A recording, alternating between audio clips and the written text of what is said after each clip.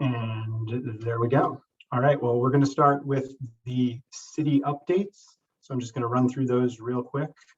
The city is now offering expanded in-person services while continuing virtual services for community members as well. Visitors and staff are encouraged to continue practicing all public health guidelines, and you can learn more about city services, hours, and any news at beavertonoregon.gov. The city council meeting schedule is going to change, or has changed, at the beginning of March. Regular city council meetings will now occur on the first and third Tuesday of each month, with the fourth Tuesday of each month held for Beaverton Urban Redevelopment Agency meetings. While subject to change, the first meeting of each month will occur in person now, and remote participation will still be offered, including for visitor comments from the public. City Council will no longer meet on the second or fourth Tuesday of the month unless a special meeting is required. You can find more about meeting agendas and minutes at beavertonoregon.gov/citycouncil. And finally, the State of the City address is on March 29th. So if you want to tune in, that's March 29th at 12 p.m. For Beaverton Voices State of the City 2022 with the mayor. That's going to be on the city's website and also on social media. So if you want to check it out, it's on the 29th. I wanted to take a group photo because we don't have one. And I know it's kind of weird because we're on Zoom, but if everyone wants to just turn on their camera real quick and smile, and we'll take a very blurry group photo that can be used some things. So here we go. There it is. That was easy. Next up, I'm just going to kick it over to Syed, and he's going to introduce the next item on the agenda. Thanks, Kevin. Thanks for setting it up. Good evening, everyone. Thanks for being here. Hopefully everyone had a good month. And here we are again. So I know we tried to preempt it a little bit by sharing a little bit more information about the next presentation, but we have the senior planner for community development from the city of Beaverton, Cassera, with us to talk us through the Cooper Mountain Development Plan. We did engage with her earlier, Maggie, Fredy, and I, in hopes of kind of understanding both the intent. So really wanted to ask you to engage, ask questions, provide feedback. The idea is really to get a little bit more specific, try to align with what our charter and what our goals are, and where we can hopefully provide some deeper engagement, recommendation, and follow-up. I just really wanted to preface it that we are trying to be very intentional. So please take the opportunity to ask more clarifying questions, or if you want to get a little bit. I let Cassera kind of set the tone of she wants to kind of finish the specifics of the presentation before we get to the questions. We do have about 40 minutes or so, so we want to obviously be respectful, but hoping to drive engagement. Fredy, Maggie, anything else to add? You don't want to do. Okay, sorry. Thank you, Cassera. With that, over to you. Okay, great. Thank you for the introduction. So I will go ahead and share my screen here. And we do have a bit of background information. I'll cover it briefly since that was provided in advance. And as I had mentioned, feel free to raise your hand if you have questions. And we do have more than one opportunity for this group to weigh into the project. So think of this as kind of a, getting your feet wet, and we'd be happy to come back to this group as we continue, because it is a multi-year project. So I am Cassera Phipps. I'm the senior planner and the project manager for the Cooper Mountain Community Plan. So thank you so much for having me here tonight. There is a presentation, but then we also have some discussion questions that are included in tonight's presentation. So to get started, maybe with a bit of context and history, this map shows existing City of Beaverton limits in yellow, and the project area is highlighted in orange. So it's at the southwestern edge of existing city limits. The city completed what's called a concept plan for this area, which is really high level. We didn't determine zoning or roads, but really high level plan back in 2015. The city went on to do a more detailed plan for South Cooper Mountain. That's just to the south on Shoals Ferry Road and 175th. If any of you are familiar with Mountainside High School, that's located in South Cooper Mountain, and there's a lot of development going on in that area right now. In December 2018, the Cooper Mountain area was added to the region's urban growth boundary. So we are now in a position to do that more detailed level of planning for Cooper Mountain, and we need to provide for at least 3,760 new homes in this plan. And that number actually comes from that 2015 planning effort, and it is a kind of condition of approval on Metro, the regional government, their decision to expand the urban growth boundary. So zooming in a bit here, again, we have the project area shown on this map.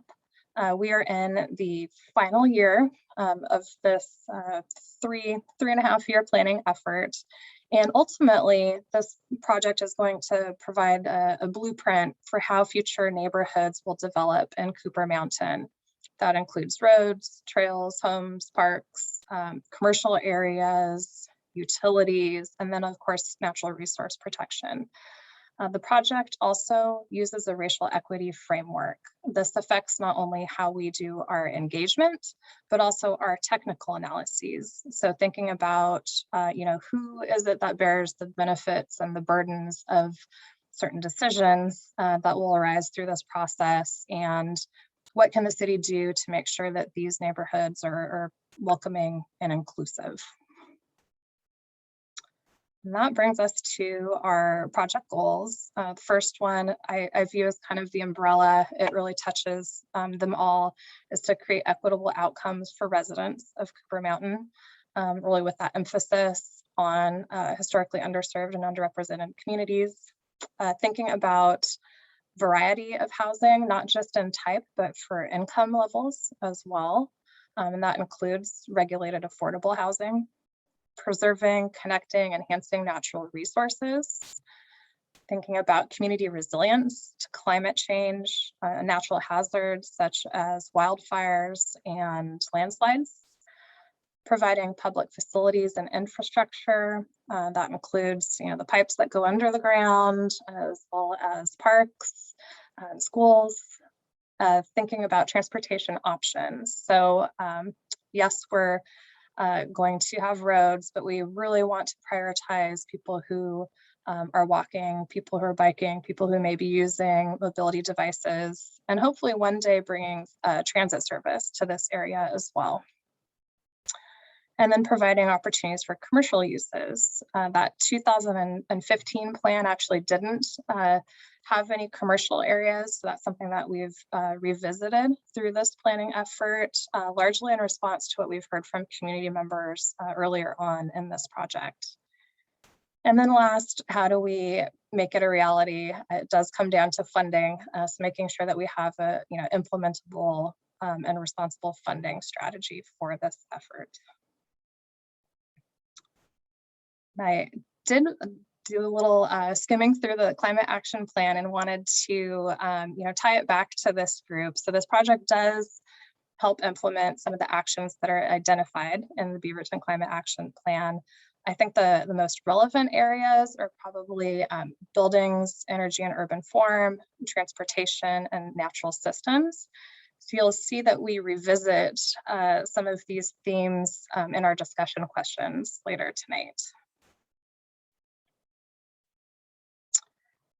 Okay, so that brings us to kind of where we're at in the process. We have developed 3 alternatives, and they show different ways that Cooper Mountain could grow. It's meant to show trade-offs, this kind of alternatives evaluation process. So for example, more roads through an area might improve connectivity. So that kind of gets at our transportation goal, but it could have a negative impact on those natural resource areas, which is also a project goal. So this process is really helpful in kind of highlighting those tensions between the project goals and then having conversations about our priorities as a community.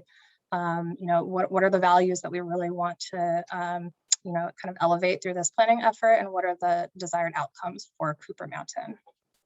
So this process will eventually help us identify a preferred alternative. It could very well be a hybrid of all three, along with maybe some new ideas that emerge through our engagement efforts. So one of the common features, so common to all three alternatives, are middle housing types. The city is in the process of changing our development rules to allow for more types of housing within Beaverton neighborhoods. So sometimes called middle housing, this includes accessory dwelling units, all of the plexes, duplex, triplex, fourplex, townhomes, which are probably the most common of the middle housing types, and then cottage clusters, which are detached homes but centered around a common green space. So again, kind of keeping in mind, we need to plan for that minimum of 3760 homes, but with middle housing rules, that might affect, the types of homes that are actually built in this area. Middle housing is one of those common features to all three alternatives, but there are some others. One is that affordable housing target, so 10% of the total housing units, we would like to be regulated affordable housing. That would include a mix of both rental and affordable home ownership. We do have several road projects that are being planned by Washington County. So those are common to all three, as well as new connections to the Cooper Mountain Nature Park. So we're working closely with Metro and THPRD to determine where those appropriate trail connections are into the nature park. Okay, so that brings us to the alternatives. First is alternative A. We have that minimum number of homes that we need to plan for, 3,760. We see the least variety in housing types in alternative A. So I should kind of just point out here on the map, we have the legend down here. The mixed neighborhood is where you're going to find all those middle housing types. That's kind of in the beige color on this map, or light yellow. The multifamily is shown in orange. The green with the letter P, those are the new parks. The Cooper Mountain Nature Park is this really large one up here. And then we have Winkleman Park, that's just off 175th. And then this alternative does have one commercial area up at the kind of corner of Weir and 175th. We have 4 new collector roads. So Route 1 is a north-south route that is parallel to 175th. Route 2 is also a north-south route, but on the east side of 175th. Route 3 is our east-west road right here. And then we have Route 4 that stems up from South Cooper Mountain and connects over to Grabhorn Road. This results in the lowest overall park acreage and natural resource protection that's really in line with what the city requires today. Alternative B has 5,000 homes, so we're kind of jumping up here.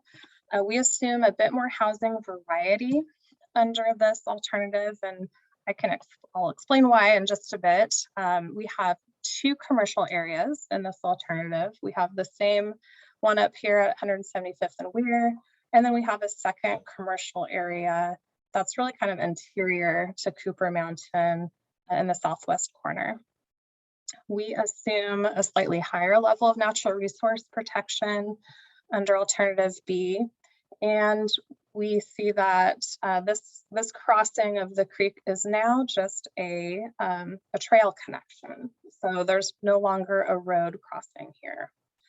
And we did make a couple of adjustments based on what we heard from natural resource experts on the location of this Route 4 crossing. I'm going to kind of flip back and forth real quick. So in alternative A, it's really close to these kind of creek tributaries, and that is a sensitive habitat area. So we shifted it farther to the southwest in alternative B. And then we also ended up making a slight adjustment here to the road to allow for a potential future water reservoir site in this general area. Same number of new neighborhood parks, but slightly higher acreage, really in response to the higher population assumed under this alternative. And then last, we have alternative C, which is 6,000 homes. We assume that there are more middle housing types in this alternative, so more plexes, more of those cottage cluster homes. And also we need to have more multifamily units to help us get to that 6,000 units. So this does result in a higher number of apartments as well. There are 2 commercial areas. Again, up at 175th and Weir, this is about double the size compared to the other 2 alternatives. And then we see the second location along Tile Flat Road. I forgot to mention that the purple shown on alternative C as well as alternative B is mixed use. So it's really flexible. You could end up with residential and commercial uses in the same building where maybe you have retail on the ground floor, or you could develop it as commercial only or residential only. So it's really intended to be a flexible zone to kind of respond to the market at the time that these properties develop. This is, I think that what jumps out for most people at Alternative C is the transportation network. So there's not a road crossing here of what this is Summer Creek. We do not have a crossing of McKernan Creek here that's shown on alternatives A and B. And then we also have just a bike and pedestrian crossing for Route 4. And then in addition to the neighborhood parks that were shown in the other alternatives, Alternative C assumes even more park acreage in a new community park that might have kind of a wider catchment area, providing things like maybe a skate park or athletic fields that pull in people from a little farther away from the immediate neighborhood. Okay, so I wanted to maybe just pause right there and see if there are any questions just about the maps themselves or the alternatives.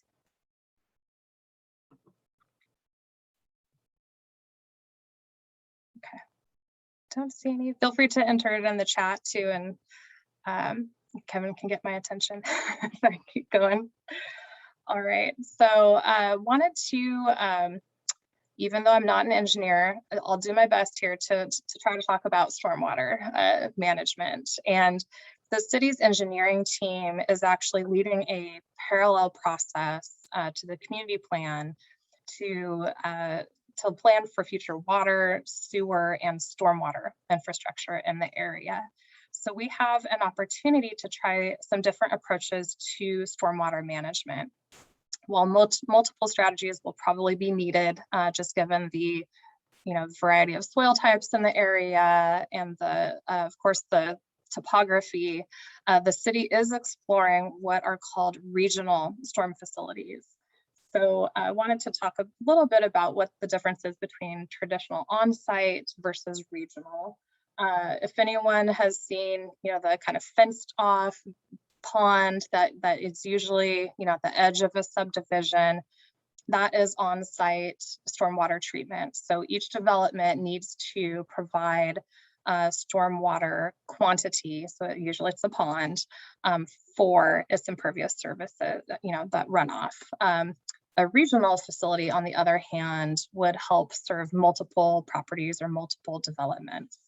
So that's kind of it in a nutshell. So as we were looking at stormwater facilities, and we're working with a great consultant on the utility plan team, it kind of dawned on us, well, creeks are really nature's stormwater facilities. And so a lot of the creeks in Cooper Mountain are in poor condition due to dam cutting and erosion and impacts from agricultural uses. So we have really given a lot of exploration to this idea of resilient stream corridors, and that's what's shown on this slide. Basically, it is restoring the creeks to increase the capacity of the creek to handle those stormwater flows. So it would provide multiple paths for water by kind of going in and expanding the creek bed of water area to disperse. And then adding roughage to help slow that water down. And again, this is to treat the quantity of stormwater, not the quality. So we do still have to provide facilities that would, kind of filter out some of those bad things that can be found in stormwater before they would run into the creek. Okay, and as we studied stormwater, we looked at, well, where would we plan for resilient stream corridors? And that's what's shown in this map in the yellow. So as we started mapping stormwater, as well as other aspects of the plan and amenities, it became apparent that a lot of these features started to overlap in the same general area. And that is what kind of gave us the idea for this McKernan Creek Greenway. So not only are the creeks an opportunity for stormwater management, we know that they provide wildlife corridors. They're really an essential function of the creek. So this map shows priority habitat areas, and that extend to other parts of Cooper Mountain and beyond. The creek is also where we need to locate a sewer trunk line. So the dashed line shown in red here runs from a new sewer pump station that would need to be somewhere in this general location to get sewer service to the other end of the project area. And if we do plan for roads, some of these crossings would also be found within this McKernan Creek Greenway. These would require bridge structures, so they're often too large for any one development to build that, but we know that if they are bridges, they need to be designed so large wildlife can pass underneath.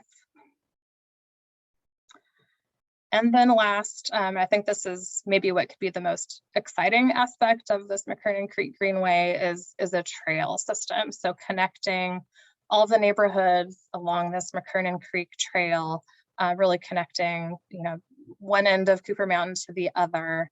And we are working closely with both Tualatin Hills Park and Rec District and Metro to figure out where those trail locations could kind of tie into the nature park as well as the existing Winkleman Park. Okay, so while we're talking about trails, it's a good chance to also think about our bike and pedestrian facilities. So we've heard from community members that, really a barrier to walking and biking and using mobility devices is people don't feel safe. A lot of times our streets are designed to prioritize the movement of cars, not necessarily people. And so the two images that are shown here on the left are on-street facilities. Just like it sounds, we have the cars over here in the travel lane, and in this example, we have someone in a bicycle lane, and your typical sidewalk here. The two examples on the right are off-street facilities. So these are separated, physically separated from cars. And the reason I show those examples is that alternatives B and C do rely more on those off-street connections. So where we may not build a collector road, we still want to provide that connectivity for people in those neighborhoods. So those off-street connections become more important for people in alternatives B and C.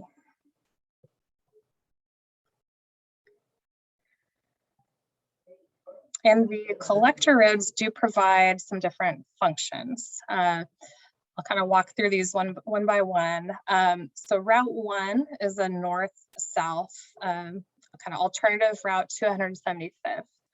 And it does help relieve traffic on 175th by kind of diverting some of that local traffic to Route 1.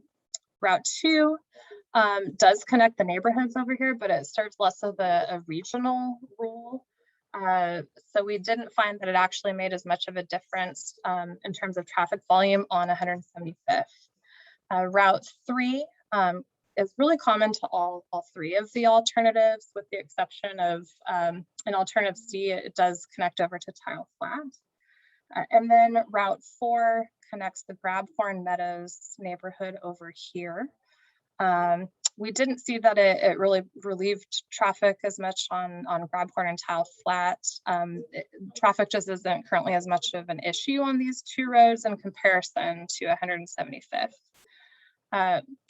All of these roads would require those bridges for cars across the streets. So the creeks, excuse me. So while there are some environmental impacts from those bike and pedestrian bridges, we anticipate they would be greater for a bridge that allowed vehicle crossings. That being said, I think this brings us to our first poll question. Which alternative or alternatives do you think best balance connectivity, natural resource protection, as well as traffic volume on arterial roads such as 175th?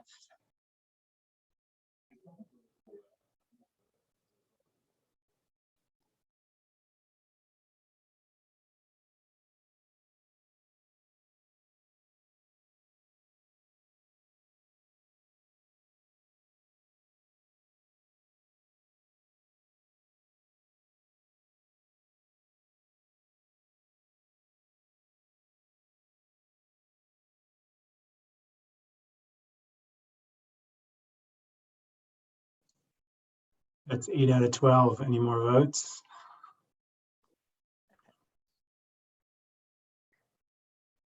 Would anyone like to share why they selected the alternative that they did?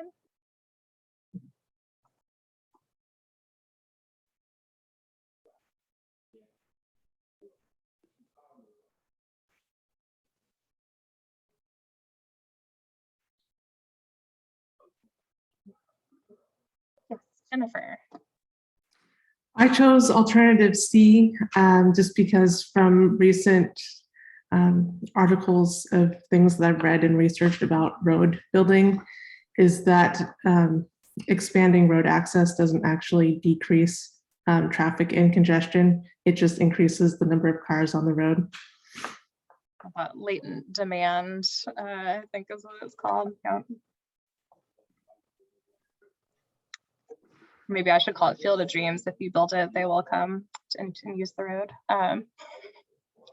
Would anyone else like to share?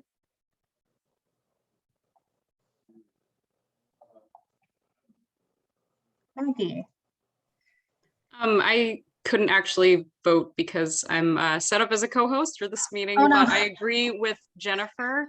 That was my thought as we were looking at this, is that roads are probably just going to continue a car culture, and I'm not sure that that's necessarily what we want. So I just wanted to say that I agree with what Jennifer said. Thank you.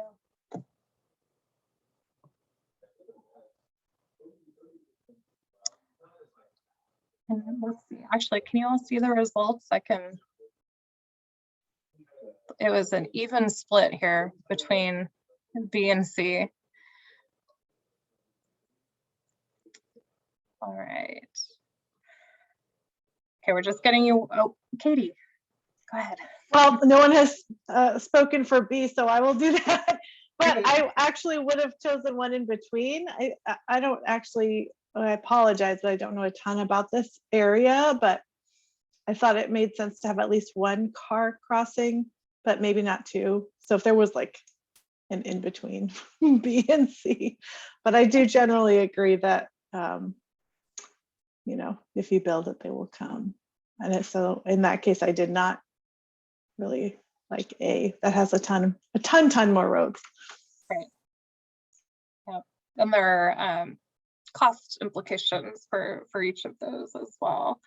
So we think about affordability and you know, who's going to pay for these crossings ultimately. Okay, so moving on, I wanted to focus about housing, or focus on housing here. So if we keep in mind that we have 3,760 units in alternative A, 5,000 in alternative B, 6,000 in alternative C, this shows the breakdown of those units by housing type. So in alternative A, we have about a quarter of those units would be multifamily or apartments. 12% would be attached or middle housing units, and these would predominantly be townhomes.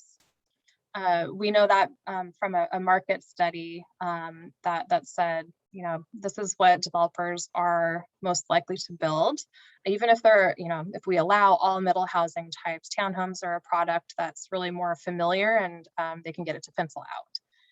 And then we have alternative C, or excuse me, we have alternative A. We have about 63% are of those single detached homes. Again, that's because even if we allow all these new types of housing, this is what the market is most likely to produce. Alternative B, we still have about a quarter of the homes are multifamily or apartments. We assume that there are some minimum requirements for housing variety in alternatives B and C, and that's really how we start to increase the percentage of those middle housing units. So either through policy or our development rules that are found in the city's code, we would require some of these duplexes and cottage clusters and other middle housing types. And then really we end up with almost a fairly even split between single detached homes, middle housing types, and apartments. Alternative C, almost 40% are apartments or multifamily units. About a third are middle housing types, and then only 27% are those single detached homes. So given that, poll question number 2, which alternative do you think best provides housing options for a range of incomes and housing needs? Jennifer. I was curious when I was reading you mentioned this just a minute ago. They mentioned in the document that we read that building more middle housing and multi-dwelling family units were more, I would say, expensive than the units in alternative A. And I was wondering how that might balance out between having more units available, supply and demand in that sense. Might that offset the increased cost of building those middle housing and multifamily units? Yeah, I think, it can be expensive, more expensive to build these other housing types in some ways, but in other ways, it actually helps distribute the cost more. If we're going to 5,000 or 6,000 units, some of those large infrastructure projects then actually become easier to fund because we're working with more total homes. We're talking to developers right now to get a better understanding of, how do things, kind of pencil out for them when they're, developing townhomes versus single detached homes. And there are still some barriers in our code, as well as in our kind of fee structures for development. If you've heard of system development charges or fees that are placed on new development, they're not really tiered or scaled to the actual impact of development. So sometimes it actually incentivizes developers to build a large single detached home because the fees are actually, they know they can sell it for more, and then the fees are kind of proportionally less compared to doing 2 or 3 of these other middle housing types. So it's something that we need to, I think, better understand and try to maybe reassess our fee structures. And it's not just the city, it's something that the Park District has taken a look at, and we also have Clean Water Services who assesses fees on new development. So those conversations are kind of happening, parallel to this process. All right, so would anyone like to share why they chose B or C? Just more variety.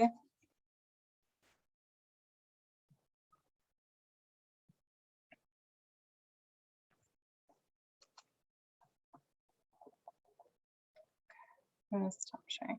And you can also feel free to enter it in the chat if you'd like. Okay, so we'll go on to natural resources. Even did you want to? Oh, sorry. Had a hand raised, yeah. Oh, we sorry. have a hand raised. Yes, Yep. please go ahead. I raised my hand. I voted for Plan B. It was kind of a toss-up between B and C. This is an area where I feel a little bit more comfortable housing versus roads, where I'm not so much familiar. But the housing thing is a very interesting thing because I do support more apartments. They are more affordable, but they are affordable in the short term. I have found a lot of people have, both in my life and they've expressed that it's like a home is kind of what you really want because rates just keep going up, especially in apartments. Even if they start out affordable, they get less and less so. You also have like slightly less access to natural resource, like having a garden and homes and things like that. I'm sure this would be planned out into the plan, but it's kind of a weird thing there. As well as I do support the townhouses and things like that, but those also run into some issues with like level dwellings because they're not quite as accessible for people with disabilities, because you have to think about like adjustments they'd have to make to their home and how they would like live like that. Like consider like you couldn't get up the stairs. Having a multi-level house that doesn't have like enough stuff on the bottom floor would become a real challenge. And again, it wouldn't be like a long-term living situation. So those were just some considerations I had. Honestly, it'd be a hybrid between B and C because it's just kind of a toss-up there. But those were some of my thoughts. Great, thank you.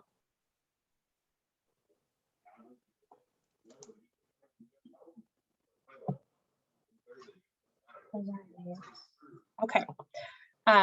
If you think of anything else, feel free to share. I'm going to move on to natural resources here. So this map shows the natural resource inventory that we completed early on in the project. So the areas that you see in blue on this map are riparian areas, or closer to the creek itself. So think blue water.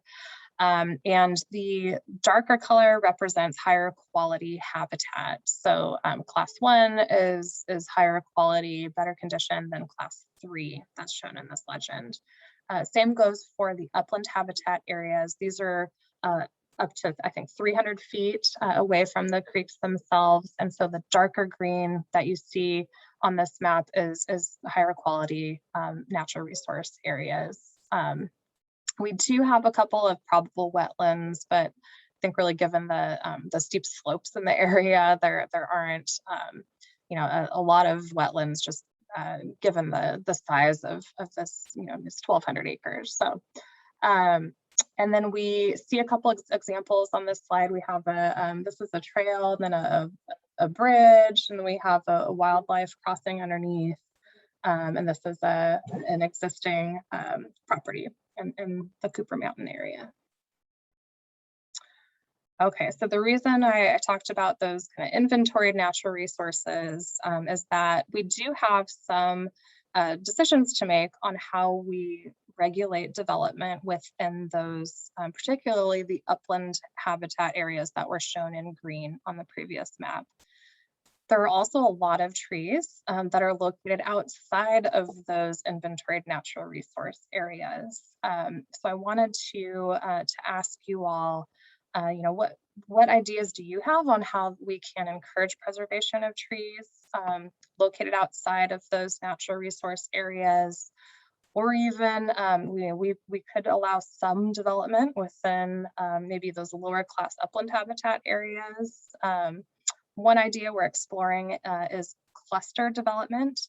This doesn't mean the cottage cluster homes necessarily, but the idea of if there are natural resources, trees on a portion of the site to allow more flexibility on the other end of the site, that might mean locating buildings closer to the street, allowing maybe taller buildings so that there's more flexibility to really help preserve those natural resources.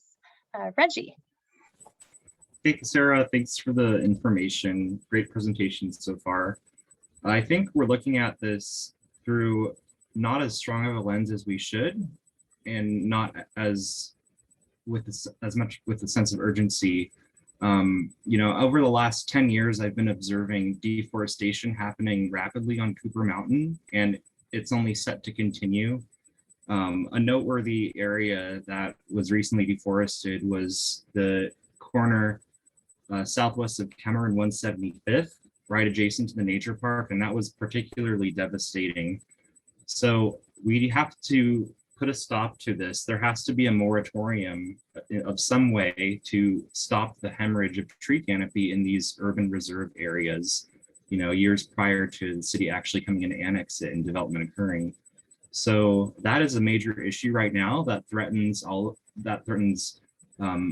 much of these habitats. I can't say all because I'm sure some of the streams are protected, or at least I hope they would be, but from what we've seen so far, there has been extreme deforestation. So we shouldn't be encouraging preservation of trees outside of protected natural resource areas.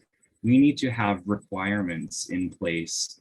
And my understanding is that some communities such as Bend have practices in place where essentially like each tree on the lot is bonded. So I guess to my understanding, if you want to remove trees as a developer, you have to pay a certain fee per tree, and that's an actual disincentive to removing them, or there have to be preservation minimums. We see in many neighborhoods across Beaverton that are built in the 70s and 80s, mature trees incorporated into new developments. So we need to replicate that successful model where we still have sustainable tree canopy years later. And instead of building single family homes, we build denser housing. So we achieve that density and affordability, but we need to incorporate natural resources and mature trees rather than risking all of those areas getting clear cut in the name of development. Thank you, Reggie. Yeah, and to your point about tree removal that has occurred in the last few years, it gets a little tricky because it's not inside the city yet, so we can't regulate it, and there are very limited protections in place today. I think the creek itself now has some protections, but it's very little in comparison to what we have shown on our inventory. Anyone else thoughts on natural resources, tree protection? Yes, Ashley. Yeah, thank you. I was curious if you could maybe share with the group just a little bit about the difference in the annexation timeline, maybe like since it's not part of the city now, is it something we're going to be able to influence to actually protect the trees? Well, I think there are some things that we can do, namely around, do we regulate areas. You know, we essentially, do we pick a date and say, okay, it's on our inventory. If you cut it down, now there's going to be mitigation requirements that are, you know, would discourage property owners or developers from removing those trees, you know, in that kind of interim time. I think there are some policy decisions that we can make that would help to discourage tree removal before properties do come into the city. It's a little different than South Cooper Mountain because, you know, in South Cooper Mountain, we annexed the entire area first, and then we did the planning effort. So we had, you know, a bit more control, and it was on a very fast timeline. And so in this case, we intend to complete the community planning process and really kind of get our ducks in a row for infrastructure before we bring properties into the city. So, and I think we can also, you know, find ways to perhaps partner with Washington County, since they do have jurisdiction over this area, to see if there are any, you know, again, ways that we can either enhance the policies or some of their regulations. So good question.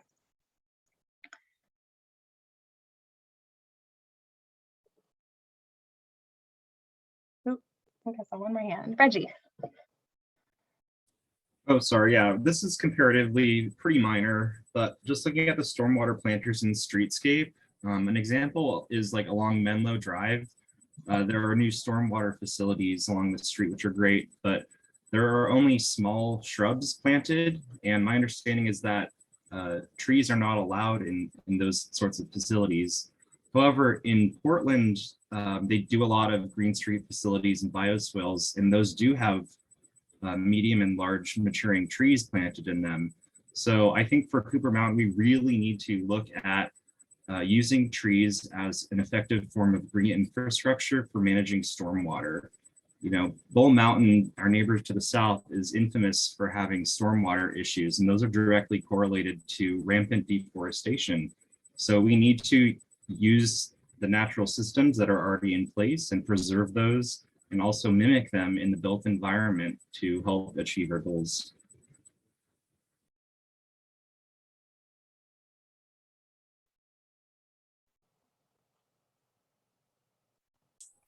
I'm taking notes to relay to the engineering folks on that front. So thank you, Reggie. Yes, go ahead. See another hand up. So I know you said this is kind of like the final year of planning. At least I think that's something that you said. So what is the plan if there are no changes to like our current planning laws and stuff like that? And so if BRC is chosen, but there's limitations, how does that affect how it kind of actualizes? Would we continue to move forward with BRC even though it would stray from this design, or what does that look like if things don't change and BRC is chosen? Yeah, I think it'll be unlikely that we end up with any of the alternatives kind of as shown today. It's probably going to be a hybrid, and if you know, if rules change or you know, if we receive new kind of policy direction, that's something that we'll be able to incorporate here in the coming months. So right now, even though we have, you know, 3 plans and something for people to react to, there's actually a lot of opportunity to influence where we go next. So it's a good time to, you know, for community input into this process, and we're still able to you know, kind of be nimble and respond accordingly. Did that answer your question? Are there specific changes that you're thinking about? No, I mean, yeah, that answered it. Okay. All right. Well, I know that we're, I want to be mindful of the time here. I wanted to share some of the engagement activities that we have going on right now. We just launched an online open house last week, and it will run through April 4th. You can access it from our project webpage, which is beavertonoregon.gov/cm. Or if you have your phone handy, you can scan the QR code here. That will take you straight to the open house.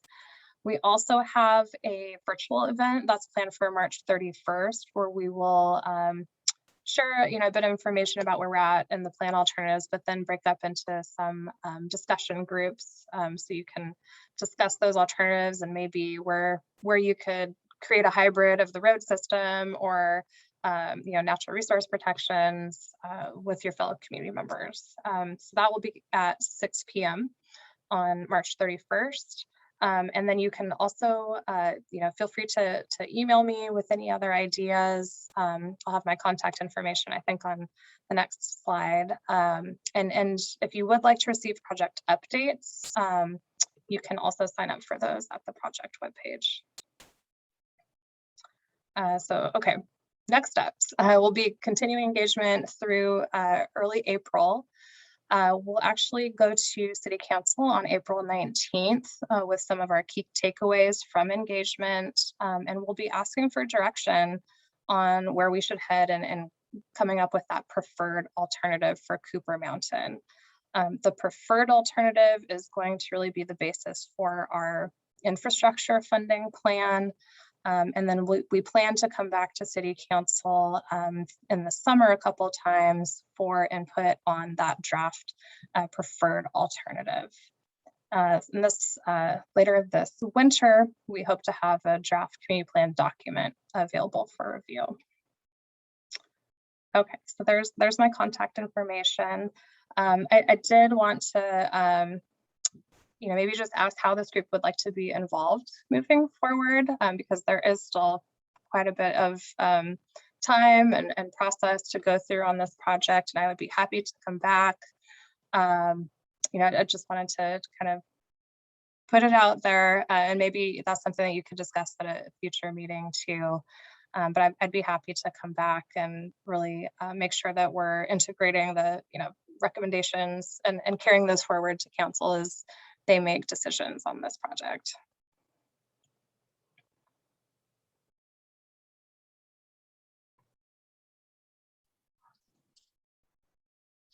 All right. Thank you, Cassera. That was really informative and helpful. Just wanted to give another minute if anyone has any other questions or feedback to offer.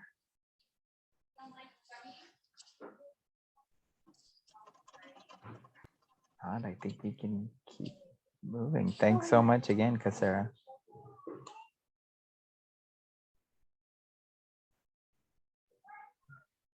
All right, I think I'm up next, right, Syed?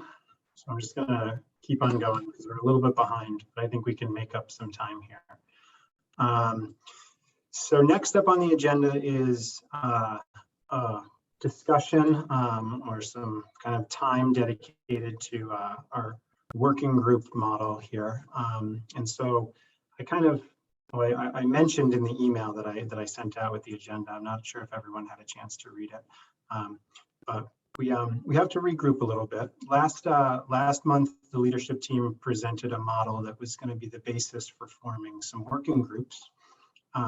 And despite our efforts to call those creatively by other names, those are in fact subcommittees. And basically, the idea is that if a seed of an idea becomes a policy recommendation that is formed in some sort of subcommittee meeting, for the sake of transparency, that needs to be a public meeting.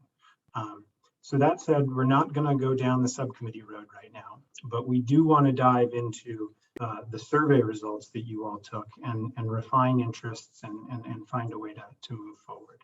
So for now, we're going to be using some breakout rooms and then discussing as the whole group how to kind of build on the strengths of both individual actions of you all and the decision making of the task force as a whole to move forward the work that comes out of those interest areas. So I think we're going to start by looking at the results of the survey. Is that right, Syed? Do you want to share the results of that? Yeah, I can certainly give a little overview. I mean, we don't have to. We can jump right into this too. No, there's just a lot of information, and then I was trying to put it together so I could show the spread. But then when I got into it, I realized for the most part, people's first choices and the way they stack, like it was spread enough. I don't think we really need to. Okay. Yeah, Perfect. but that's not to say that there won't be opportunities for cross-pollination as we move forward. So yeah, what we're going to do now is just head into the breakout rooms, and you can all discuss the areas of your interest. You're going to be grouped according to how you responded to the survey, and then you can identify more like specific areas within those topics, and maybe some overlap with the activities in the climate action plan.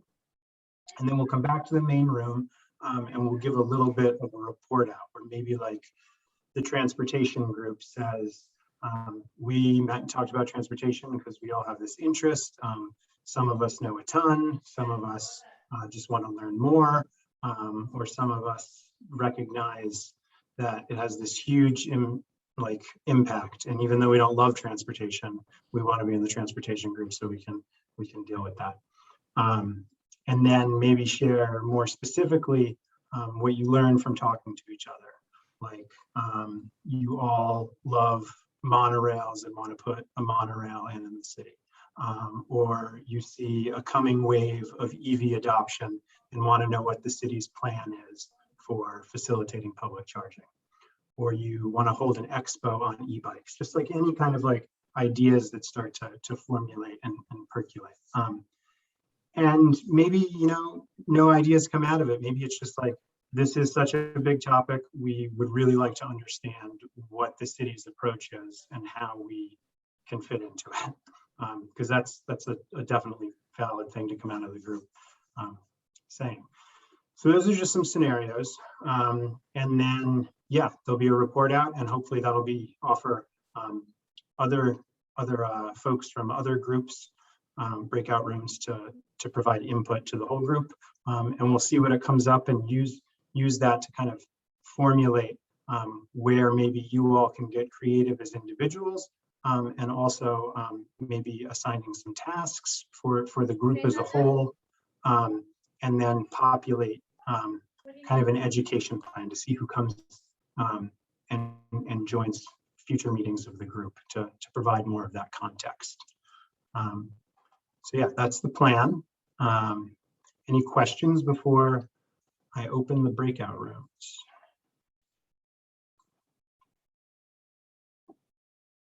All right, so hopefully this works. We will see you all in, I don't know, we're a little bit behind. So do you all want to say more time in breakout rooms or more time for the report out? 10 minutes for the breakouts and then 20 minutes for the discussion afterwards, since we got 5 rooms. That sounds good to everybody? Yeah? More time in the breakout room? All right, great. Here we go.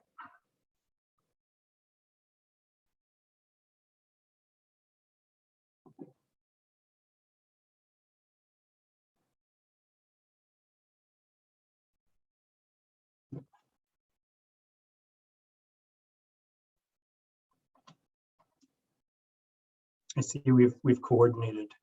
I know. And then did you see That's that good. Sarah had like a maroon like curtain?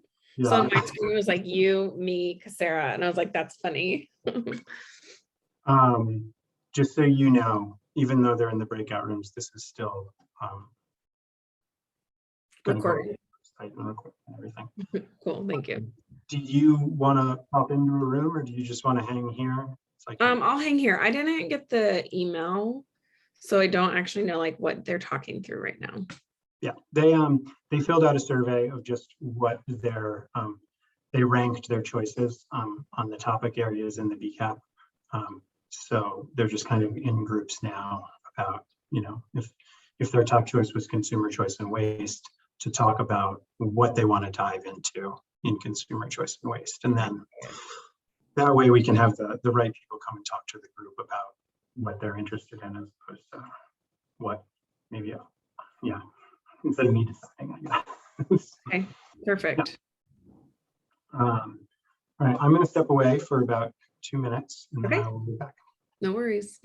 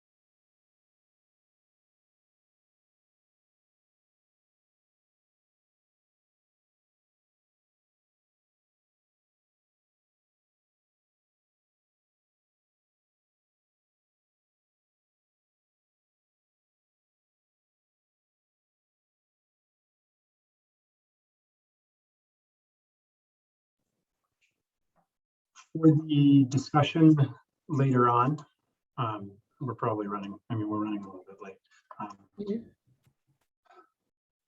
But I had some kind of guiding questions that I was going to put in the chat in case people want to just choose from them and pick them. I'll share them with you right now, just so you have a little bit of a heads up of what questions might be coming. Sometimes at the end of the meeting, it's hard to get people chatty. Yeah.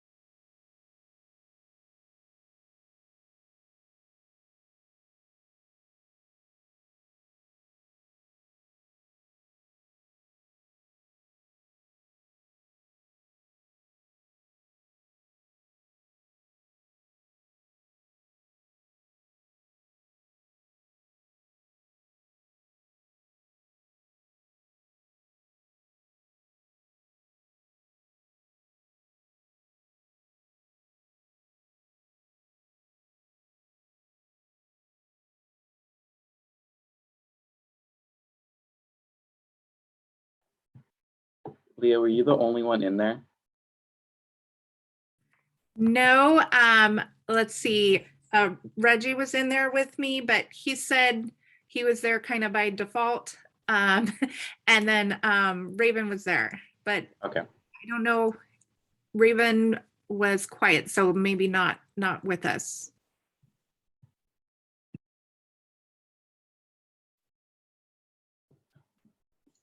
Syed, I think one of the things that would be helpful that came up in my discussion with Jennifer was actually seeing kind of like everyone's first choice and where that kind of lands.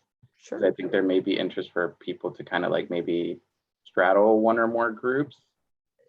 Yeah, I mean, again, I have the data I can share. I was just like, what's the best way to tell this? And I couldn't get to something that was palatable. But for the most part, if you were in a group, like that was because it was your first choice. Like nobody's was second choice today. I think there maybe have been people who we didn't have like survey results from that were placed in a breakout room. But other than that, I think today we were just, this is my first choice. But if you wanted to like get that information is there, I think I can make I can share the link to the data if everyone wants to just look at it.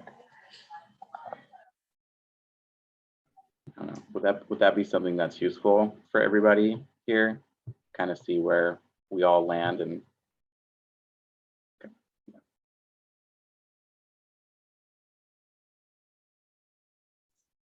And Leah, I asked if you were there by yourself because I think you were the only person with first choice transportation. So. Fredy, while you've got the mic, perhaps you would like to discuss what you chatted about in your room. Yeah, so it was myself and Jennifer. So we're the Buildings, Energy, and Urban Forum. And so, you know, for myself, I do some of this work day in and day out. And so, Kevin, you're familiar with the work that we do and chat about. And so one of the things that we discuss is that my particular area of expertise is just kind of like in efficiency and energy usage. And, you know, for us in particular, there's a lot of like nebulousness about this plan. And so, like, you know, some questions that kind of rise to the top is, you know, how do we take some of these actions from like, you know, encourage and enhance and do these types of things to like more concrete and like actionable items that could potentially come out of them. A lot of them also center around like partnerships with external organizations outside of the city. And so in particular, you know, like Action 18 and 19, where we're achieving net zero emissions for gas and electricity. If those partners don't achieve those goals, what, you know, strategies does the city have as a backup plan in the event that those kind of don't come to fruition through those partnerships, right? And so, you know, I think for these in particular, it's just like trying to identify like who in the city is working on some of these things, and a lot of these, you know, actions on how we can, you know, develop some type of framework to achieve them. Also, we talked about like metrics to, you know, lay out a path of like accountability, because some of them just are very open-ended. That's like, how do we achieve it? Like, where is the stop, or where is a number, where is like a goal that we can kind of strive towards? And so Jennifer, I don't know if you want to add anything else to that. No, I think you covered it pretty well.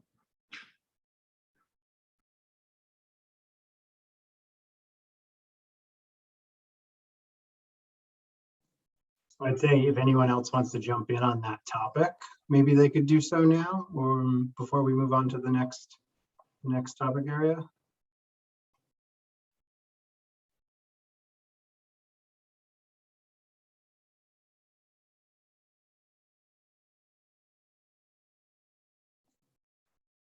All right, do we have a volunteer for one of the other breakout rooms? Stephen, I see a hand. I'll go. So I was in the group dealing with community well-being, and we did get a little bit of a refresher on that because it has been a little bit since I had thought about what that meant. So community well-being is referring to like emergency shelters and response services that we have for our communities, you know, like regarding heat wave, cold waves, fires, you know, all those things we've dealt with in the last year that likely will keep coming up because of global warming. And so my group was Reid and Katie Standish. And so both of them shared that they are both teachers and educators, and that's kind of where their background came from in terms of like community well-being and things like that. I personally don't have a lot of experience doing that itself, but I do have I know friends that are active in communities like that and share a lot of that information. And something that we definitely talked about was how we do have response services and things like that in Beaverton, but we don't feel that the the level of knowledge and community engagement is quite up to par as to say, you know, what Portland's doing and what they have done. Like I recalled when the fires and the emergency weather responses, I saw many posts for like places you could go in Portland to cool off and to avoid the heat and things like that, but I didn't really find a lot of them for Beaverton specifically. And I know it's like through social media, but that is how a lot of people generally do get their information. And so the fact that, well, we weren't all too familiar with that was like a little concerning and something that we thought could be improved upon. Like, how is this information being shared? Who's getting this information? Is it easily shareable? Like another thing is we went and looked up the Beaverton shelter, which I wasn't too familiar with before. And I was looking into that and like where it is and how it operates. Some things change and some of the information is like, you know, it's a government website page and it's a little hard, not hard, but you know, it's not as straightforward, I feel, that I've seen for other emergency services that I've seen that are really like, you know, this information and that information. And another thing that we discussed was how is there a way to make, because how Beaverton's response functions and things are going to be a little different than how like a major city functions. The community is different and people are different. And so how is it kind of personalized to Beaverton and how could it be more personalized, I think was another thing we talked about. This is a very broad topic that we all didn't have a super lot of information about. So there was, you know, some confusion in this conversation, but that was another big point that we were talking about. Also, just in general about these services, like maybe getting some information on how people that use them feel about them, because not in this one in particular, but I do know with certain emergency services, especially for houseless folks and people who have had experience using these things, there's some distrust with certain services due to past experiences and safety levels. And again, the sharing of information. And is there a way that we could learn about those things that could also help with the tailoring to our community, like how to best help folks that use these services? And I think that was generally what I got from the conversation. I'm not sure if either of my two cohorts would like to share, but that's kind of what I got from it.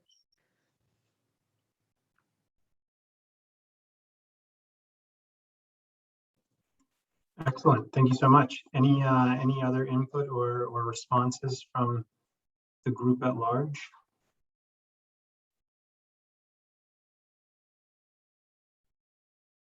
All right. Do we have another volunteer for another room? I can go. I was with Rheanna in natural systems, and I feel like we kind of just scratched the surface on that. But we neither of us have a background in natural systems, but we're both particularly interested in that, especially things like tree protection, green spaces, and then we found a little bit of overlap with community well-being, especially in being prepared for climate-related emergencies. So we also talked a little bit about a need for more resources in our community, things like cooling centers and places where people can go when we're experiencing wildfire smoke outside. Yeah, and then we were going to kind of look at the Beaverton Climate Action Plan together and ran out of time. So I think that's as far as we got. I don't know, Rheanna, if you want to add anything to that. No, you covered it. Thank you.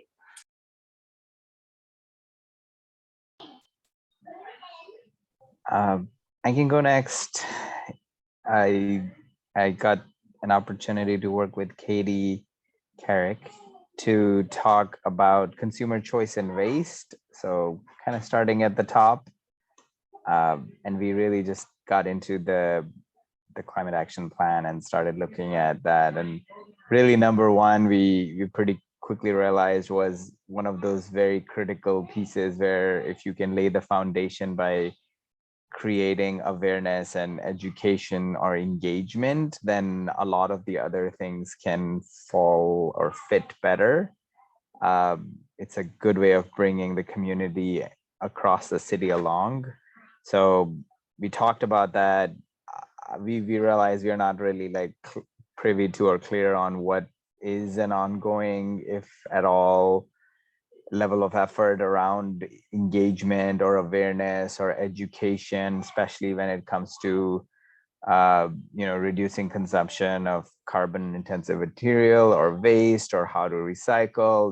There's like, I feel like we saw it as a low-hanging fruit that we could potentially right size some perceptions. I think one thing we both kind of agreed on was that when you talk about making changes or being more being greener or more climate friendly, like the perception is, oh, that's a significant change in lifestyle, when in fact it's smaller changes that add up. And really, like, kind of destigmatizing that or breaking that myth and saying, hey, everyone can do their small parts and starting small.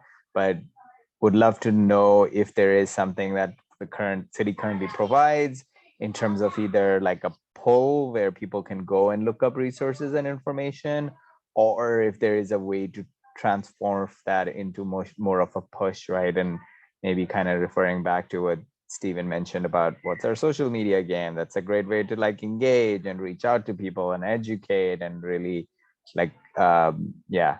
And then I think we did look at number 2 and 3 on the plan as well, where you could do some models of like at the community level, where the community has some kind of don't buy or buy nothing programs or things like that. And if the city could potentially take ownership of providing guidance and direction on how to and work with local pods across the city, that would be but again, pretty quickly reverted back to, well, we need to first engage and educate people so that we have a foundation to build on. Katie, anything else to add? Please go ahead. That was kind of where we got to.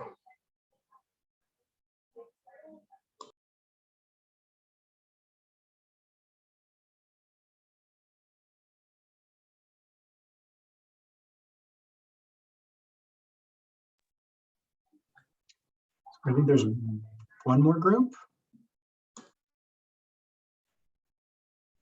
Yep, that's us, transportation. So that was Reggie and Rhaven and I. Reggie and I mostly chatted about the active transportation plan. That's kind of where my experience lies in active transportation.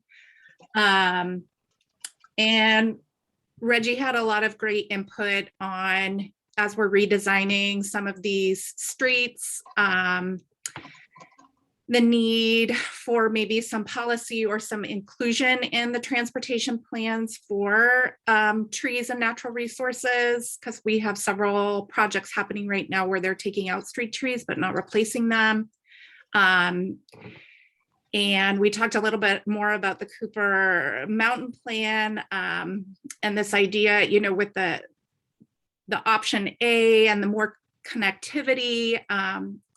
You know, we've seen development like that in other neighborhoods where these collector streets end up being cut throughs, creating a lot of speeding and hazards for pedestrians and bicyclists in those neighborhoods. So another idea to think about when we're providing feedback to different planning type of projects. And, you know, I don't have a lot of experience with like electric vehicles, but it's something I'm very interested in. I would love to learn more about that. There's a lot in the plan on like commuter programs, you know, ride shares and things like that. There is kind of some work being done out there. I don't think it's well advertised because active transportation is my job, and I just found out about some of the incentivized programs for businesses for different kinds of active transportation. So I don't think that's being well publicized in my opinion. I don't know, Reggie, do you want to add anything else? I think that definitely covers it. There's just a really clear connection between transportation policies and climate solutions. So we can't ignore green infrastructure in favor of gray infrastructure.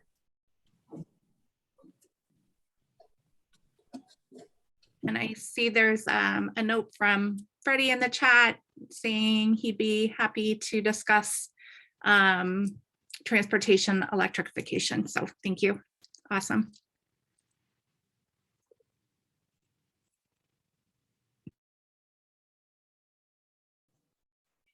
All right, so that was a lot of good info. I got a lot of notes there about some programming and some information that I can find and return to the group with.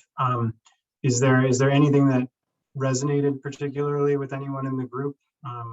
Strong feelings you'd like to comment on, or second or third perhaps?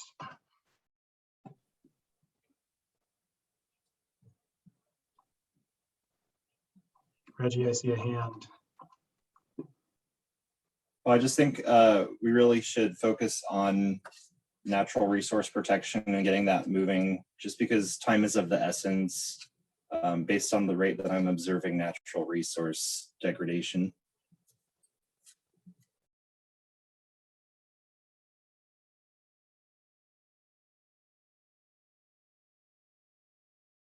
My first choice in the survey was natural systems, so I agree with Reggie. And my second choice was community well-being, so I agree with a lot of what Stephen said earlier. So, and I think it's really cool to see the overlap between all these different things. And I would love to see us crack open that BCAP together and start to dig into these action items and see where we can start work on this stuff. So really cool. I think it'll be helpful to find like areas of overlap too. And as we progress, see how anything that was easier than you thought, or just like areas that you see wins, to kind of cross share that so that we can all elevate the different sections.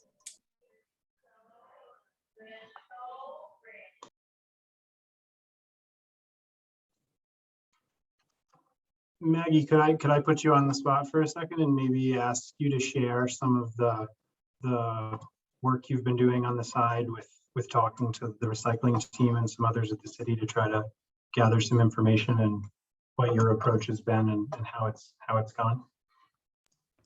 Yeah, to kind of circle back to what we were talking about earlier, with the working groups not being a feasibility. One of the things that we were doing is kind of figuring out how we can work on an individual level. And so I took something that came up in the last meeting about multifamily composting, and I just kind of wanted to see what was going to happen with that as far as it being a Beaverton Climate Action Plan action item with expanding residential composting. And so I got in touch with the sustainability team and figured out who did I need to talk to about multifamily composting, and reached out and said, hey, what's the status of this? What is the city doing as far as expanding this program to multifamily housing? And set up a little Zoom meeting and talked to Elizabeth Cole and I'm forgetting the other person's name. And we just had a little discussion about that and kind of identifying what are the barriers right now, and how can the Climate Action Task Force support the work that they're doing on expanding that program. And it was really super helpful just to hear what the timeline looks like, what work is already being done, and how can the Climate Action Task Force work with that department to help expand this program. So I think that we all have that ability as members of the Climate Action Task Force to kind of reach out on our own. If there's a certain BCAP item that you're really excited about and you really want to dig deeper into it, go for it. And then report back to the group and let us know what you learned and how we can start working on things. So, and Kevin, I think you're kind of our point person if we need to know who to contact specifically about these things.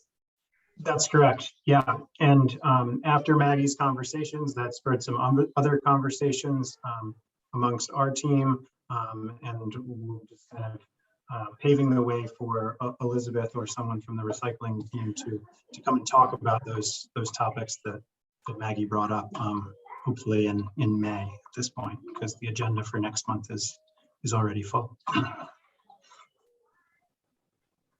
Quick question, Kevin, is there, and I appreciate that, and thanks so much, Maggie, for kind of laying that out and how you approached it. I think it's a great template that we can look to scale and apply across as we each delve in. I'm just curious if there's some way to, I don't know, like I understand you might not have a reflective model, right? Like in terms of how we are breaking down the body of work to say, hey, here's the point person. If you have something within this category, this is probably the right person, or they can, right? Like, so it's all not sourced through you. I don't know, again, if that could be right. Like, I'd love to take that, but hitting you up and then you finding, like, if there is just natural synchronicity where, hey, here are the right people aligned with the different categories, then maybe quicker win. Just something to chew on. You're saying, like, instead of going through me and then being relayed to another person, if I could just provide a list and say, these are the people you should talk about. Or even if it's just 4 or 5 people, like, hey, if it's something in this area, this is just the person in that vicinity that can get you there quicker. And that's kind of, yeah. Okay. I don't know if it'll help everyone.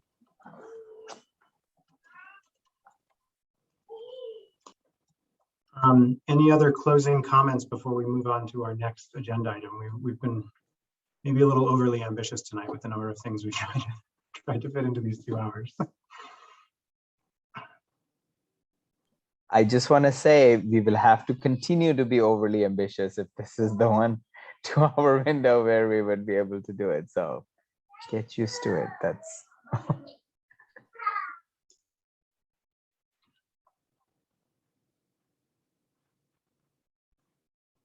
All right. Well, next up, we have an agenda item with a discussion with your council liaison.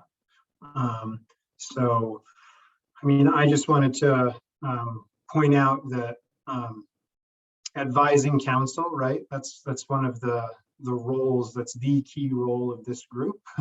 And the council liaison serves as one of the primary conduits to doing that.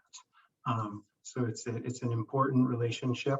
And I think we were just going to pretty much structure it as open conversation, although there are about 6 or 7 questions I was going to post in the chat.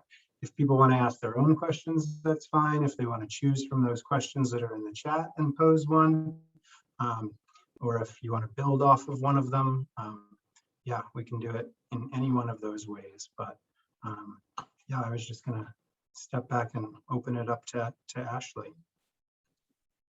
Cool.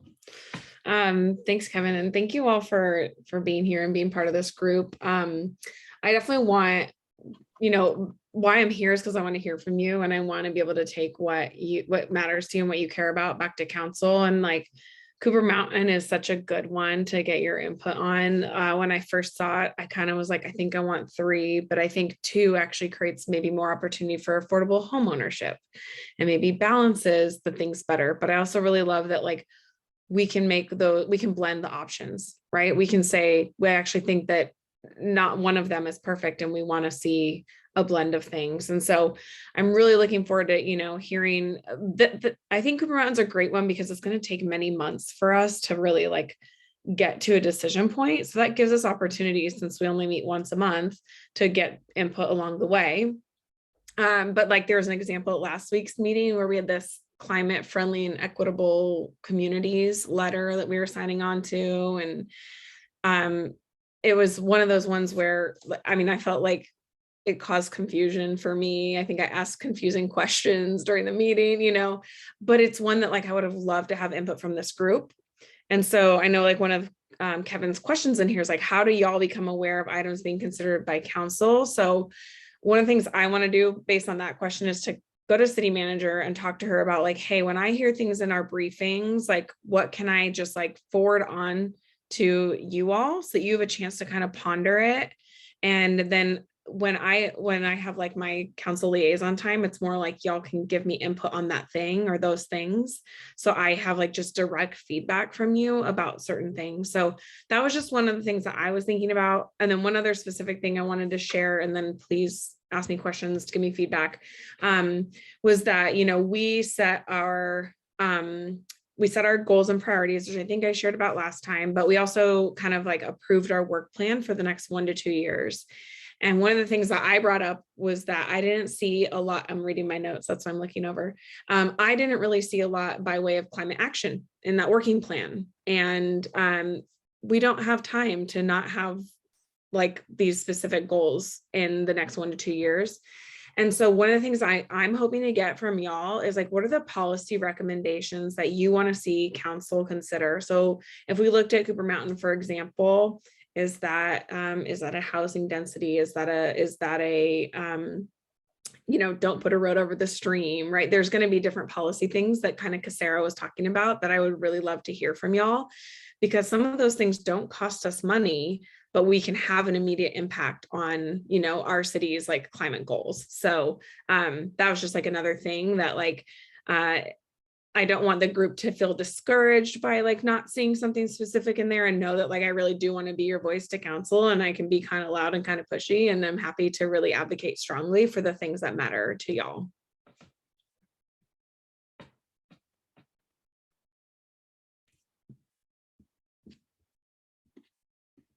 So I can go down these questions, Kevin, put in here, but I also think they're more like discussion for us, you know, and like how do we want these, how do we want this to go together? So I don't want to spend all the time talking. I'd really love to hear from you all based on those prompts or just other things on your mind.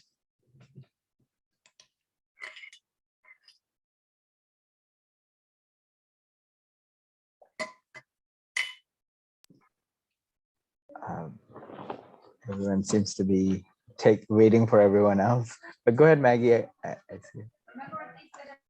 Yeah, I just wanted to comment that I think that is probably a really good starting strategy, is to kind of identify those things that will have a lower budget impact and maybe take those to council and try to prioritize, just as kind of a way of like breaking the ground on getting into this BCAP work. And I just think that's a really great suggestion. So thank you for that. I think that makes a lot of sense to me. Thank you.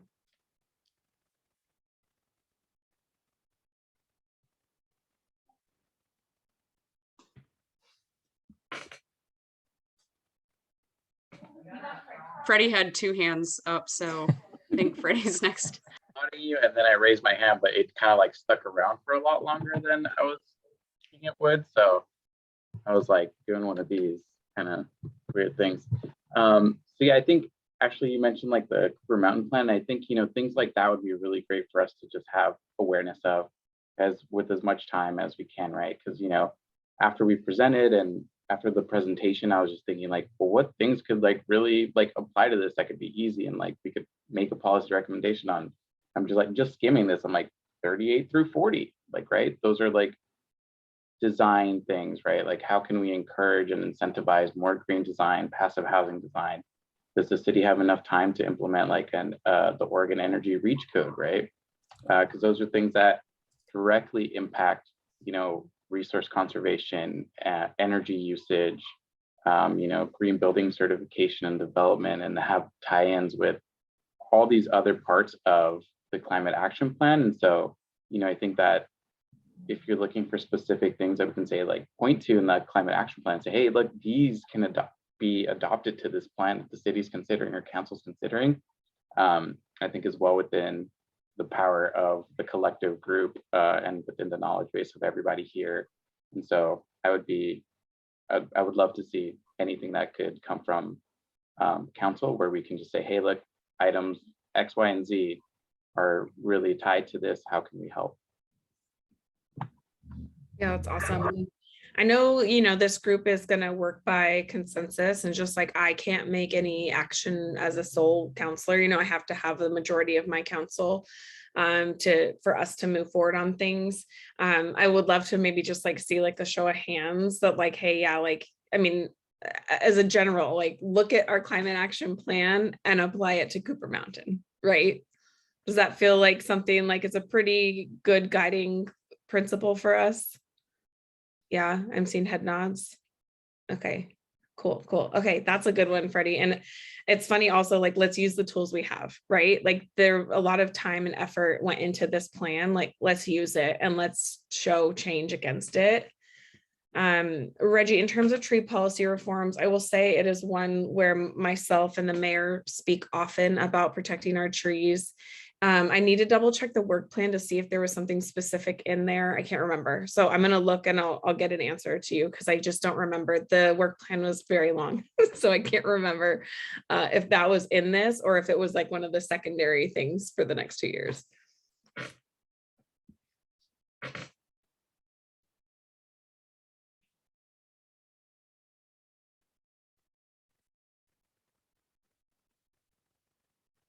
And I think like, just to like, these just kind of spitball, throw out some ideas about Cooper Mountain specifically also is like, you know, we know trees are so important to me too. And, you know, Reggie, your points are so well made about like, we have to actually like have requirements and not just like guidance, right? We need to actually like set some requirements in there. And I know that with Cooper Mountain, we are a little bit like limited on what we can do at the moment because it's not in the city. But we should like have an eye to that. What are the requirements? Like as we start developing that, how are we going to protect the trees? And so that is stuff where I would love to have this group be like, okay, like trees of this size should not be cut down, right? Like we can get specific and we can really make some strong rules around what we're going to do. So I think Cooper Mountain is just like, you know, it's a big one to be thinking about. But I also think, as I heard y'all talking about active transit and things, the loop is another one that, you know, is going to have impacts to trees and roads and pedestrians and different things. To Jennifer, your point about, you know, when we build more roads, we just fill them with cars, right? It doesn't ease congestion. The cars just go there anyway. So what do we want that to look like in, you know, things like the loop? So some of the but it's also not just the big projects, right? It's the little ones. I know it's a meme and memes aren't facts, but somebody's posted, you know, that Zoom has done more for climate change than electric cars have, you know? And I think about that, like, you know, that's real, right? Like, look at all of us that didn't commute the last 3 months to this meeting. That's something. So they can be little things too that y'all want me to really advocate for on behalf of this group and for the city. Thanks, Ashley. I think just wanted to chime in around, like, when we spoke with Cassera as a, you know, prior to this call, like, the Cooper Mountain Action Plan was one thing that we wanted to continue engagement on. So like, as the engagement, the survey and updates progress, and as that evolves, we definitely want to stay engaged and stay proactive in trying to frame recommendations.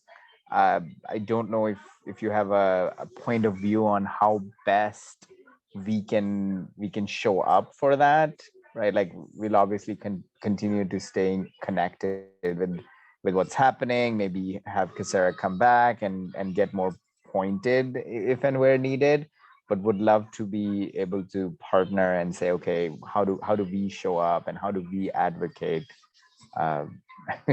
Yes, that too. But right, like, how do we want to kind of collectively use our voice and power and kind of, you know, like the platform that we have? I'd love to be able to get into that. So I will share one thing that I think has been effective. I get to serve on the Human Rights Advisory Commission now, but you know, that group did a ton of work after George Floyd was murdered, and they came up with this body of recommendations, and they pretty much sent someone to every single council meeting to give public testimony, like, thorn in your side, council. Like, we made a body of recommendations to you and you haven't responded yet. Like, what's going on? And so as much as I can come to you know, try to be the voice, like, this is what I heard at Climate Action Task Force and this is what I'm advocate for, is that y'all are also welcome to do that. You know, like, whether there's a climate related agenda item, it's like always within the first, you know, 10 minutes of our meeting, you have an opportunity to come give public testimony. It's no more than 3 minutes, you know. So if anyone wants to come and share what you think about the Cooper Mountain Plan, it's always, I think, most effective when it's something on that agenda that council really is listened and persuaded by. But you know, you're always welcome to do that too. And I think it is really powerful when council hears beyond just like me, you know, even though I'm informed by y'all, hearing your voices definitely makes an impact to them. So that's just one idea. And quick follow-up, like you recommended, you referenced HRAC and what they did. Like, just curious how and what did they like? Did you feel like it made the impact, like move the city council into an action? I'm just curious.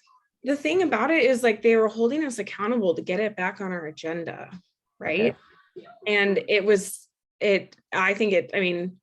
I think there was strategic reasons why it took a little longer to get back on that agenda than perhaps, you know, HREC would have liked.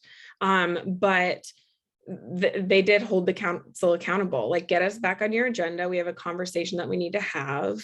And, you know, and so now, like, one of them sits on, right now we're undergoing a process with the Beaverton School District to assess the school resource officers program. And someone from HREC sits on that kind of extended committee now.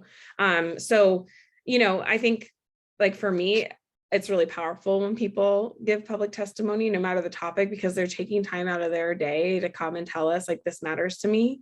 But yeah, it got back on the agenda because they made sure that it did, you know, and so I do think it does have an impact. Thank you. Yeah.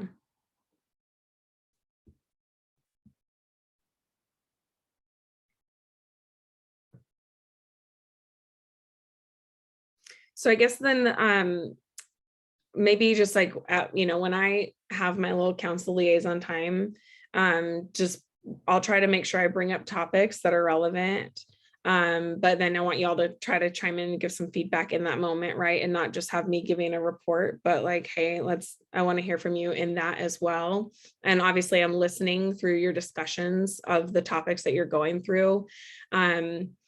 And then Kevin, maybe we can work to kind of figure out like, how do we get the information to this group like early enough, right? Because if you get it today, like for example, it was just a week ago, I would have loved to have had your eyes on that thing, but it's past now, you know? So like trying to get things to y'all in a timely manner and give us an opportunity to speak. And some things, the timing isn't going to work for me to get like, you know, timely feedback, but you know, like Cooper Mountain's such a good one because it's going to take a while to get there. But so I don't know, Kevin, like I'll reach out to Jenny to kind of like make sure like things that I learn in my briefings, because theoretically I hear something early enough to give y'all warning.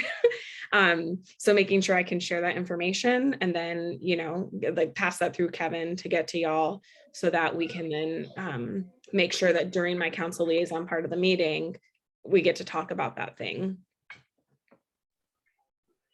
Yeah, that would be really helpful. I was going to ask as a follow-up, I was like, I try to stay engaged, but I don't know if I'm on top of things. And I don't know if everyone feels that like what's on the next agenda or where and how to, right? Like, so anything that we could do to streamline it a little bit, get a little bit of advance notice. I'd love to be able to, and again, this goes back to like what our options are, obviously, in terms of how do we stay connected or engaged. If it is a long email thread and that's what gets us, then that's what it is, but would love for us to be preemptive and proactive.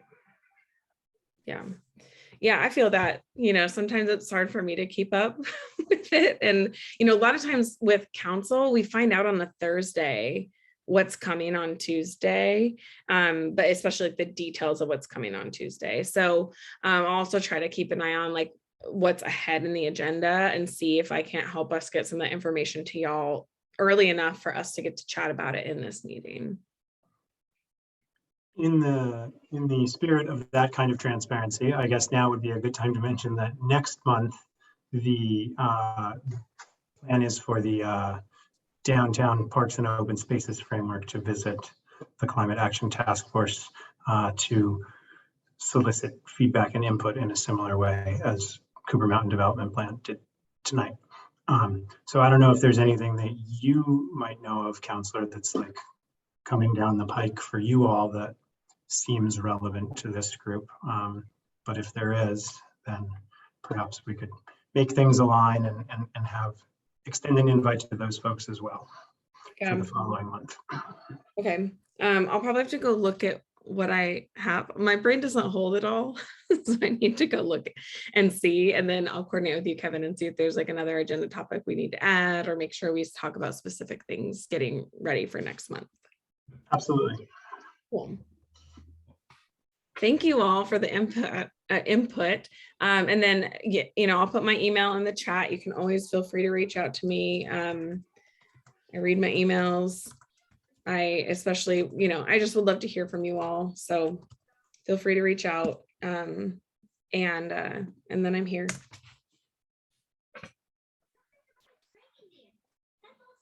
Thank you again. Really appreciate the dialogue and the engagement and the conversation. I just wanted to reemphasize to Kevin's point about obviously being ahead. I think I joked earlier about like, hey, there's this 2-hour window is going to get more and more intense as we move forward, but it is true. And in that spirit, like anything that we can proactively do to prepare, we would want to try and do. So when we send out agendas, when we send out any kind of information, we're not going to obviously assign homework, but we're gonna be like, hey, if you can come a little bit more prepared, it might get us a little bit farther. So we're not starting from zero. So anything that you guys can do or wherever you can contribute would be much appreciated. We're gonna try and stay on top of it as best as we can and give you enough of a heads up. But yeah, if you get the agenda email and there are links in there or any attachments, just if you can take 5 minutes to go through it, and if there is, like that would really help set us up. Fredy, Maggie, anything specific there that you want to add? No, I would just reiterate what I said earlier. I think that people should feel empowered to kind of research out BCAP items if you're really moved to do so, and just kind of report back. If we can get the survey results shared somehow, and then maybe people can choose to make some connections there and work together. But yeah, absolutely, whatever you feel you have capacity to do outside of this meeting time is really critical now that we know we're not able to do the working group thing. So I think that's a super important call out, Syed.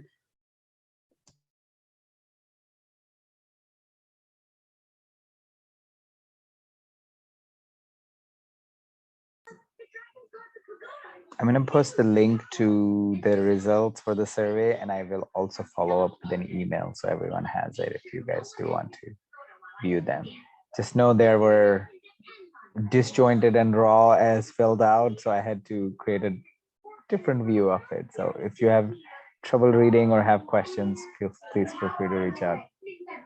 Thanks.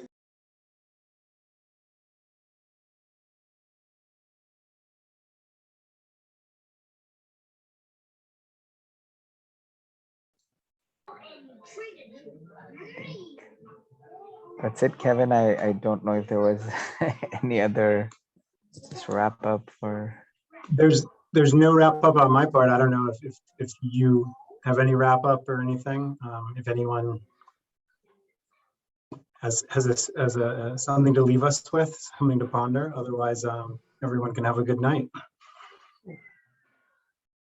I think the only thing I know, the Cooper Mountain thing has come up again, and we have tried to reference it and will continue to, and just anything we can all do, including myself, not, just let's get engaged, let's get involved in understanding what that is. Because as I understand it, and you can correct me, I know they're going to engage and get a survey and try to get source feedback. I think this is a great opportunity for us to lean in and really continue to drive that. So wherever you have questions or anywhere you want to follow up or anything, we'd love to hear from you. However, we can kind of make that accessible. I think it's a great use case for where we can, sort of leverage the opportunity across the board. Final closing thoughts. Go ahead, Katie, please. Should we also maybe do a little bit more follow-up of the things that we on our own, I guess, maybe things that we talked about in our interest groups? Would that maybe be a good, I think I came away from our group with a little bit of, I want to look into that. I want to look into, would that maybe be a good, are we going to get back together in those smaller groups next time, possibly? Apologies if you said that and I missed it.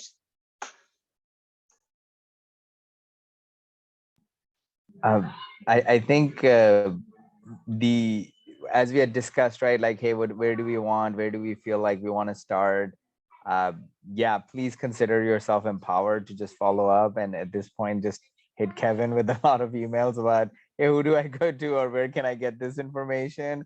If you can't find something on your own, and hopefully we can get a little bit more efficient in terms of where to direct people or where to go. But yes, today, whatever we did in the breakout room, certainly look to that as follow-on actions. Hopefully we can try to cover between today and next month's meeting. That would be awesome. Thank you. Are we going to be able to regroup and talk about what we're going after? And I know that we can't have groups, but can I if there's an action item I want to take or several that I'm thinking about, am I allowed to ping the other people in the groups and say, I'm thinking about choosing one of these to go after? Do any of them overlap with something that you are going to go after?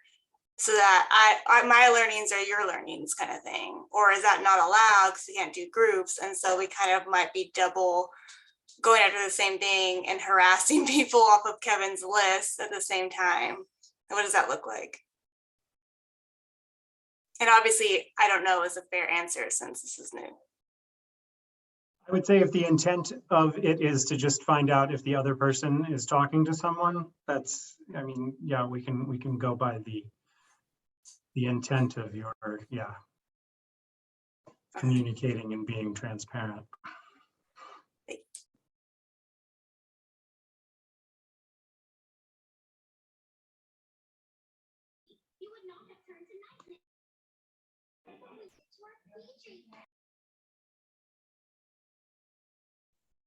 Anything else? Any other closing comments, questions? All right, well, I look forward to all of your emails or phone calls. And yeah, let me know any questions. I put the Cooper Mountain website in the chat. So check it out. There's a ton of information on there. There's a bunch of upcoming engagement events, but please reach out to me or to Cassera. And we will see you all next month. Thank you. Thanks, everyone. Thank you, everybody. See you next time.